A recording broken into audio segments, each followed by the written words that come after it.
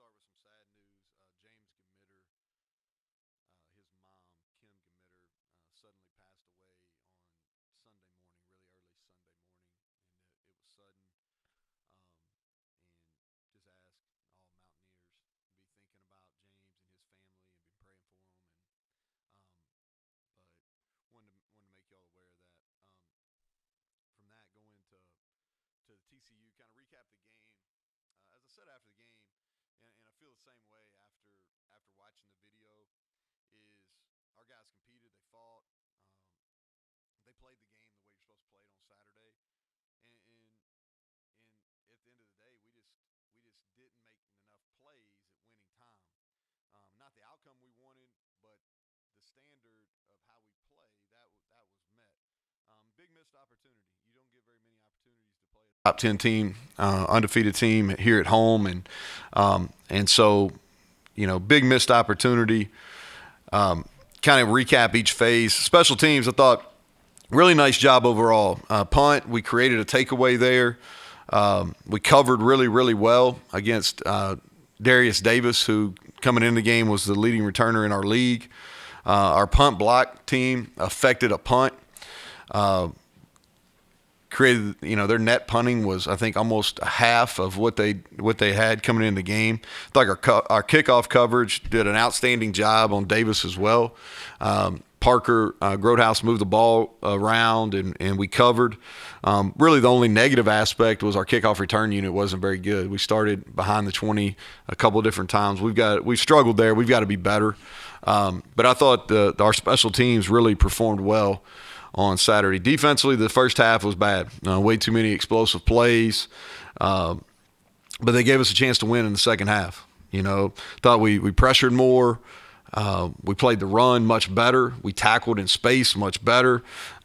We played a lot more man coverage and covered guys tighter. We got to build off that. The first half was absolutely that can't happen. But I thought the second half gave ourselves a chance to win. And offensively, statistically, did some really good things. And ran the ball against a team that hadn't been ran very much against. I think we had the highest run totals of the year maybe against them. And just didn't make enough plays at winning time. I thought 2 missed opportunities in the red zone after the takeaway on the punt was huge. And then having the ball 3rd and goal at the 4, not be able to score a touchdown. And then we missed a lot of shot plays, especially in the second half. We had guys open and getting connect with some of those balls down the field. I thought Sam James played really, really well and could have had, a huge game if we were able to connect because he was open a lot. And then the last drive was just extremely disappointing. That's what you want. You want your offense to have an opportunity to go win the game, and we had that, and we didn't take advantage of it. So, again, not the outcome we wanted, but I thought our guys competed and proud of how they played, but disappointed in the outcome. So flip the page over to Iowa State. We traveled to Ames, and that's one of the toughest venues in the conference to play. If you haven't been there, if you have been there, you understand that. If you haven't, it's one of the most passionate fan bases. They're right on top of you. The students do a really good job. And it's a tough place to play. A lot of respect for Matt Campbell and his staff, what they've built there and what they've accomplished over his 6 years. Both teams coming to this game needing to win. It's pretty simple. By any means necessary, both teams need to win. Several close losses on both sides. And so I think for them it starts defensively. They're the top-ranked unit in our conference. They're playing extremely well versus the run and the pass. They a lot of new faces, but same product, and maybe even an improved product. For them, it always starts with the D-line. And I think they're always the guys that don't get talked about enough when we start talking about this defense. But the reason they're able to play the way they have over the last several years is because they've had multitudes of quality defensive linemen. And this year's no different. They rotate up to 7 or 8. They're big, they're long. They do a really good job in both the run and the pass game. McDonald, who seems like he's been there forever, is one of, if not the best pass rusher in our league. And the linebacker play is really good. They play downhill, and they're big guys. They're quite a bit larger than most linebackers in our league. The Vance number 34. He's been playing there for a long time. I think he's one of the most improved players in our league that I've seen this far. He's put on some weight. He's playing at a high level, and their secondary, a lot of new faces, but I think they're playing the pass better than they did a year ago, and so that's a credit to their staff, and they've gave them a chance to win every single game. And so offensively, they're difficult to prepare for. We talk about this every year we play them. Shifts, motions, more 12 personnel than you see in our league. They want to establish the run. They've had some struggles there, but that's what they're going to try to do.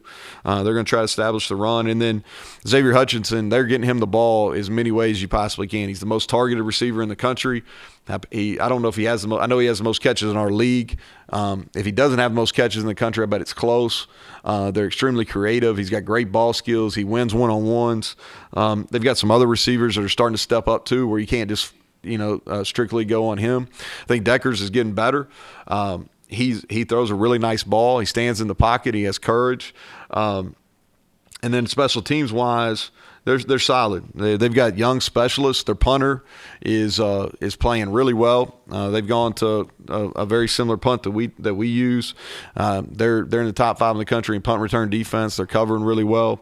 And so it's a big challenge for us, and for us, it's about going on the road. We've won on the road against Virginia Tech, but our last 2 outings haven't been good enough. So we've got to go on the road and compete and give ourselves a chance to win on the road versus one of the best defenses in the country and a team that's got a lot to play for. So with that, we'll take questions. So Neal, unfortunately, the same question we seem to ask every week in terms of injuries. So I'm better prepared today. I've actually got the names. So Charles Woods played every snap, and it worked in our favor that we didn't have to play very many defensive snaps. And I thought he played well. He's not. If you were to ask him, he would tell you he's not 100%, but he played, and I thought he played really well against. He was matched up against Quentin Johnston a lot, and I thought he held his own. And I think, part of the reason we played better in the second half because we could do some things coverage-wise that we hadn't been able to do because we felt good about him in one-on-one. And so he'll be available. C.J. Donaldson will not play. He's going to miss the rest of the season. He'll be out. He had surgery yesterday. Nah, not a knee. Not something that'll keep him out a really long time, but he'll miss the rest of the year. Rashad Ajayi, we hope he's going to run today. Hopefully he'll practice tomorrow, so I would say he's probable. Gamitter will miss. Wyatt Milam, who was hurt against Tech, played the whole game. He'll be back. Tony Mathis will be kind of a later in the week decision. Doug Nestor will be back. He'll practice today. Davis Mallinger will miss this week. How long he'll be out, not sure. Anybody else have? Dixon will miss. Yeah, he'll miss. He's still out. Spells should practice. He's going to run today, and hopeful he'll practice tomorrow, so he would be probable as well. Moo is going to practice today. Okay, so but I think going back to Lance, there's a chance, but I'm going to say very doubtful for Dixon. Okay. Justin Johnson played Saturday, was banged up. He only practiced 1 day last week. He's going to practice this week and with the hope of playing. Yes. So what do you do at running back if Mathis?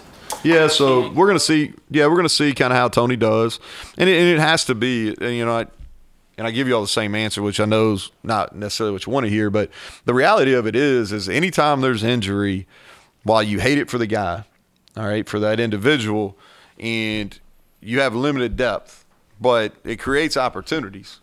It creates opportunities. And so Jalen Anderson has to be ready to go. Justin Johnson, if he's fully healthy, he's got an opportunity to start.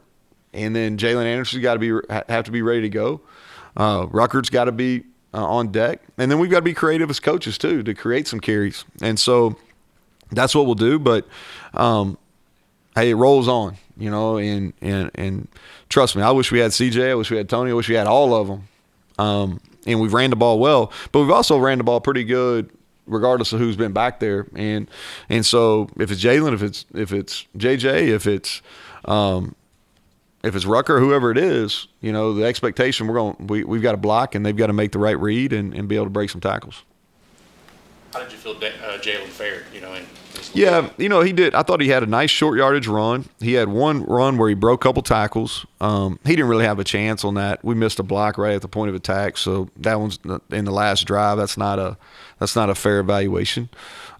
He had the drop pass, but I thought in that situation in the fourth quarter against a top 10 opponent, I thought he carried himself just fine. The expectation he'll be better this week, after having some experience. Yeah, what do you mean by create some carries? It sounds. Yeah, we just, you only got it. The running backs I named, that's all we got. You know what I mean? That's all. Colin McBee, we could get, that's our running back room. So like you got to start being creative after that, because that's all we got. So we're going to go with every intention to use all the running backs we have, but we got to be ready to go if we don't. Not that that's ideal. Does that at all mean maybe more short passing game to kind of create runs, even though they're not literally runs? Yeah, I think you got to be creative. Like the screen game comes into effect for sure. Yeah, screen game comes into effect. We got to find a role for Garrett Green to continue to grow. You just got to figure out a way. It's like they're not going to call off the game if we run out of running backs all of a sudden. So we got to figure out a way, and we will. Creative. You mentioned Garrett there. You used him some at slot, and yeah, he deserves to play. And he made 2 key catches the other day. He's still a quarterback. He's a quarterback, and I want to be clear about that. But he's one of our best skill players, so we got to continue to find ways. And I'm in favor of playing him more too. So we'll continue to figure out some ways with him. But he is versatile. He's a good athlete. He's like one of these guys. It doesn't matter what you're playing. He's got pretty good skill set. You mentioned, Neal, that both these teams have lost close games. Yeah. I've almost been losing sleep trying to figure out for years, if losing close games is a good sign or a bad sign.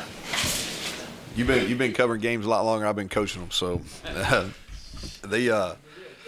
realization as to why that happens, and does it mean you're ready for the next step? I think that's a great question, Bob. I think for us, I can't speak to them. For us on the close games, it comes down to really, and I'm oversimplifying this, okay, but and as an offensive coach, I tend to slant where I look at things, but it comes down to turnover margin and touchdowns in the red zone. I think that's. I don't want to speak on Iowa State because I haven't sit there and broken their games down and why. I've broken their games down, but I haven't really looked at why they've lost some close games this year. They've won most of those games in the past. They've won, if you look back, over the last 3 and 4 years, they've won a lot of those close games. But for us, we have lost some. We've won some, but we've lost quite a few really close games. I think it goes back to those 2 factors: turnover margin, which wasn't a factor last Saturday, but the touchdowns in the red zone definitely were. You mentioned the defense being better in the second half.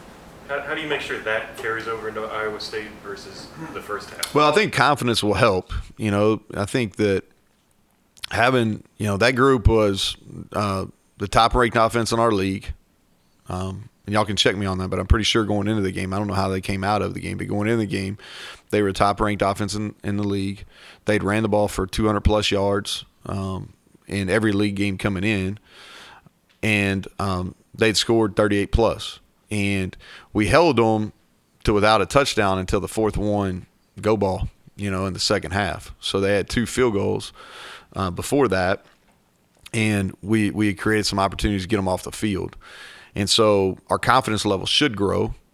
And I think it's just about figuring out, like, with the pieces we got, how to make them the most successful. And we were more aggressive in the second half. And I would argue that that's a better formula for us at this stage where we're at, just to be more aggressive. Bob's question about close losses.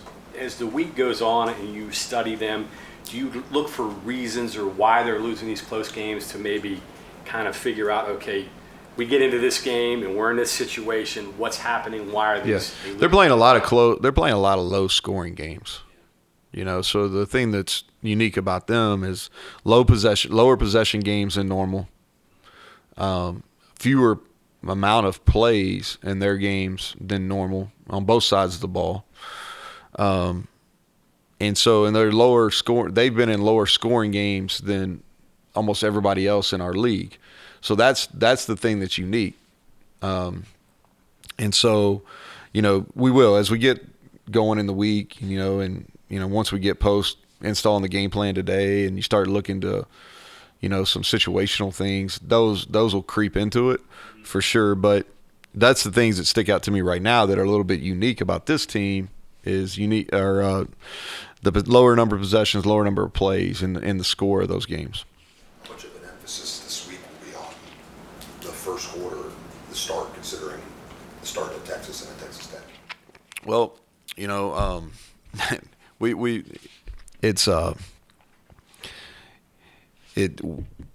I'm trying to answer this question in reality. So you go and we're going to change some things from a travel situation, right? Do I believe that's why we started slow? Absolutely not. But when it hasn't worked, you change, right? I think it's important you change because we started in a pretty good way against Virginia Tech. We started not bad against Pitt. So I laughed and told them we're going to bust. We're going to bust to Ames rather than fly. Maybe that's the reason. They didn't think that was so funny, but. But, I don't know. We're going to change up some things in our routine. We're going to and what we're doing on Friday, what we're doing on Saturday to get off the plane. We actually flew to Virginia Tech. We actually flew to Virginia Tech. We drove to Pitt, but we flew to Virginia Tech. But we're going to switch up some things in our deal. And I think we can do some things as coaches early in the game maybe to help us out. So we're going to exhaust everything possible. That's the goal. To start fast. Anytime you're on the road, man, you want to start fast, try to keep the crowd out of it.